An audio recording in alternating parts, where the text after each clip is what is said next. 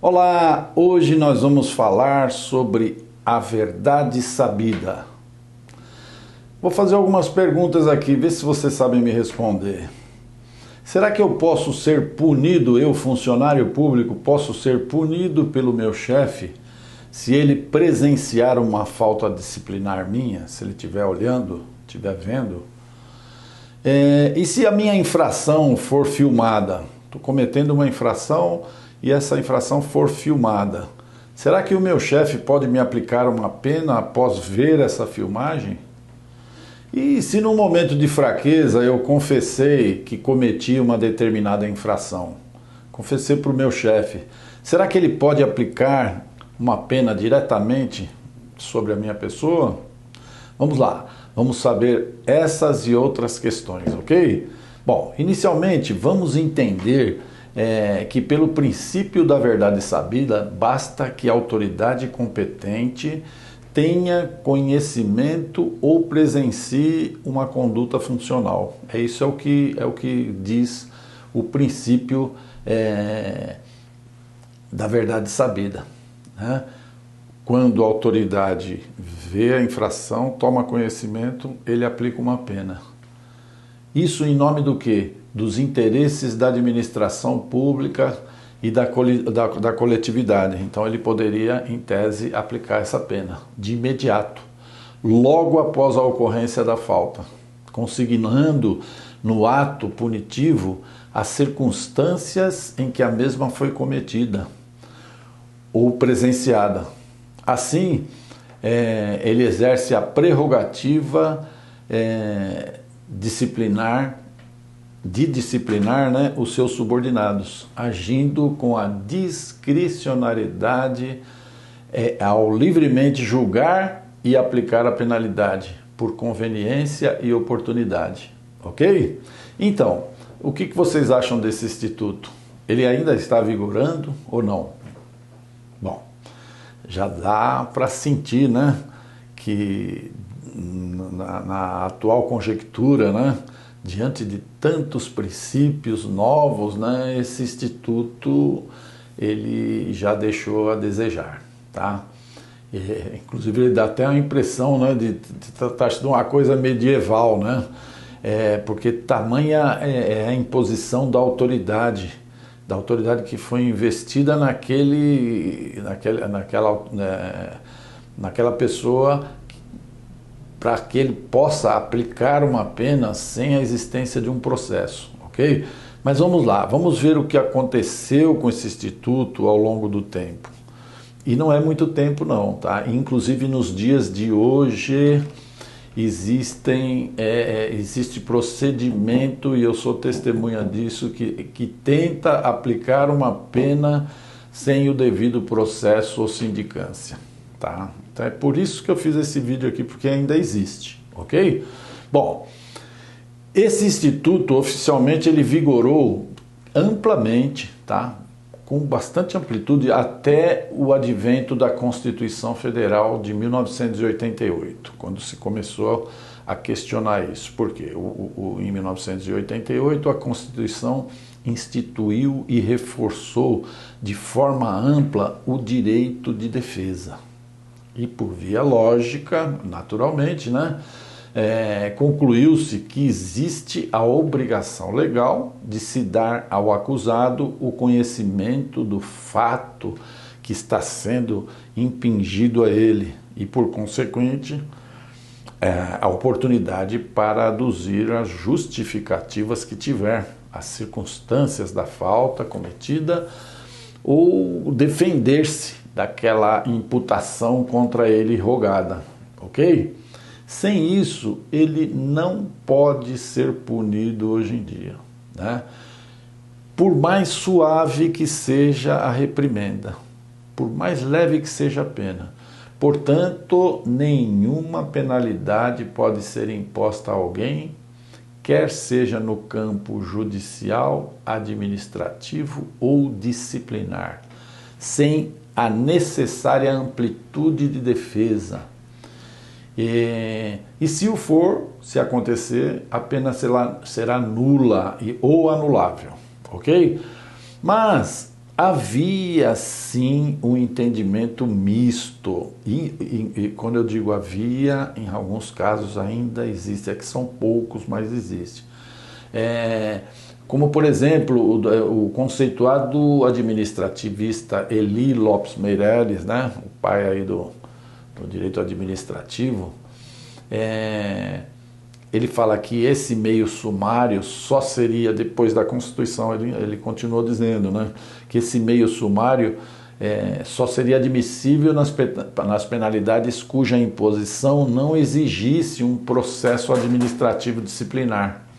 Sobretudo quando a pena era branda, como é o caso, por exemplo, da suspensão inferior a 30 dias. Ele considerava que o Instituto da Verdade Sabida era aplicável, né?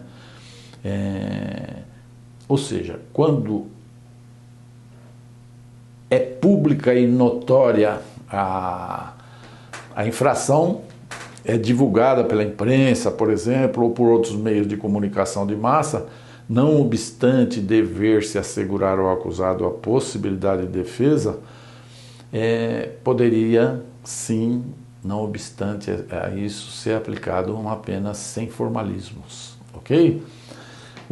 No princípio, o Tribunal de Justiça do Estado de São Paulo vinha julgando com validade esse princípio, né, do Eli Lopes Meireles. Em alguns casos, a punição administrativa, com base na verdade sabida, ele entendia que esse instituto teria sido recepcionado pela Constituição de 1988, né? E existe uma discussão grande em cima disso, né, doutrinária, né? Porque a administração pública ela pode rever os seus atos que são ilegais, né?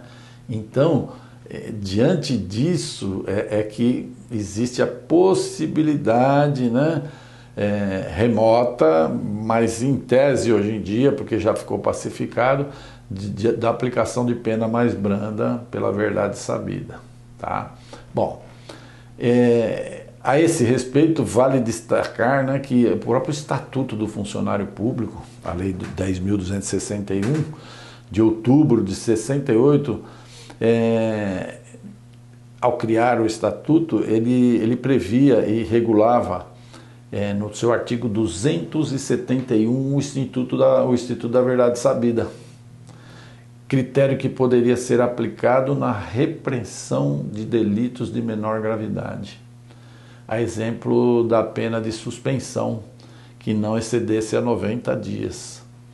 Por mais incrível que pareça, 90 dias, salvo se pelas circunstâncias da falta fosse conveniente a instauração de sindicância. Conveniente, o que é conveniente, né? Ou um processo administrativo, né? Isso é incrível, né? Hoje em dia não se recepciona isso, né? Pois bem, como eu disse, hoje em dia o citado estatuto, o Estatuto Funcionário Público, ele prevê no artigo 268 da lei atual que a apuração das infrações será feita mediante sindicância ou processo administrativo. Então, ficando assegurados o quê? O contraditório e a ampla defesa. Sim? Bom, vamos lá. Atualmente, em se tratando da figura da verdade sabida, anote-se como é que a jurisprudência vem se manifestando nos nossos tribunais. O princípio da verdade sabida não foi recepcionado pela Constituição da República. Esse é o entendimento dos nossos tribunais. Por mais branda que seja a pena, sem a garantia do contraditório e da ampla defesa, não pode haver punição. Havendo sempre a necessidade do processo ou da sindicância para a incidência de penalidade. Ok? Então, isso tornou-se um ponto pacífico. E esse também é o entendimento doutrinário de hoje. Ele é firme entender que é inconcebível a aplicação de pena pelo critério da verdade sabida em um Estado democrático de direito, porquanto contraria a norma, né, já que ele contraria a norma prescrita no artigo 5º, inciso 55 da Constituição Federal, que exige o contraditório e a ampla defesa com todos os meios e recursos a ela inerentes também nos processos administrativos, não só no processo penal. Ok?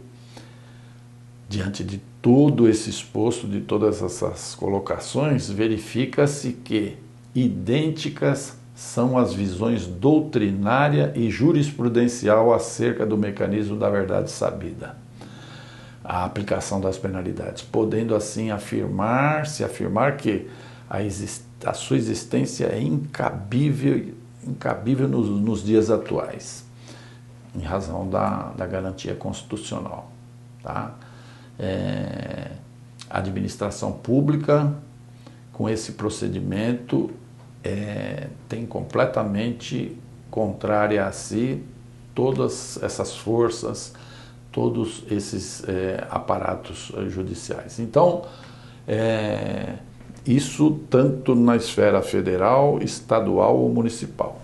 Ou seja, respondendo aquelas questões do início, nós podemos dizer que, mesmo que você confesse, né, uma infração, num momento que a gente ouve muito falar disso, né?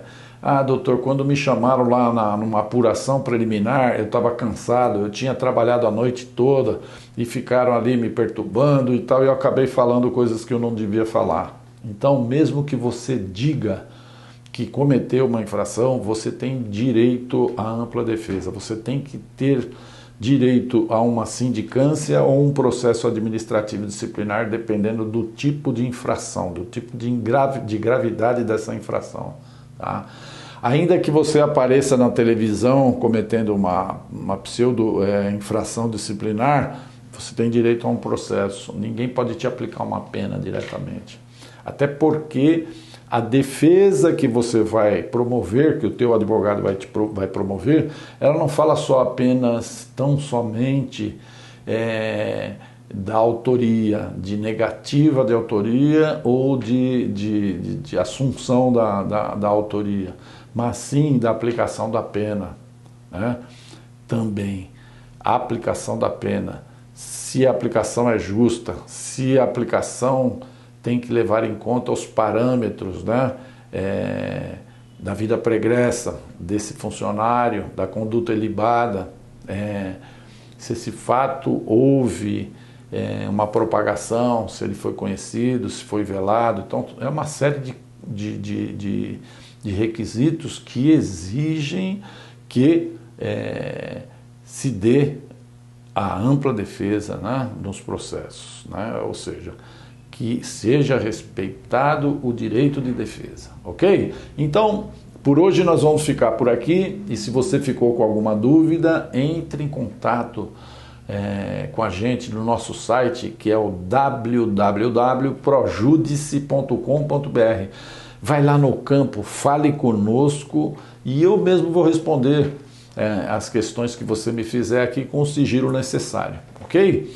Se você quiser saber um pouco mais como proceder durante um processo administrativo, ou até mesmo uma apuração preliminar, que é uma fase perigosa, né? Faça contato com a gente, entre em contato comigo no meu e-mail ou diretamente no site, tá? Bom, vou te pedir agora para você dar um like no nosso vídeo, né? Esse like ajuda muitos outros funcionários a tomar conhecimento das matérias que a gente publica aqui. E compartilhe, por favor, nas redes sociais, nos grupos de funcionários públicos, e se inscreva no nosso canal, tá? Se inscreve no nosso canal porque você vai receber em primeira mão todos os vídeos quando saírem, tá? É legal você estar bem informado, você que é funcionário público, ok? Um grande abraço, fique em paz, com muita força e principalmente muita saúde nessa época de pandemia, para que você possa atravessar essa fase negra aí com tranquilidade, ok? Um abraço, até a próxima.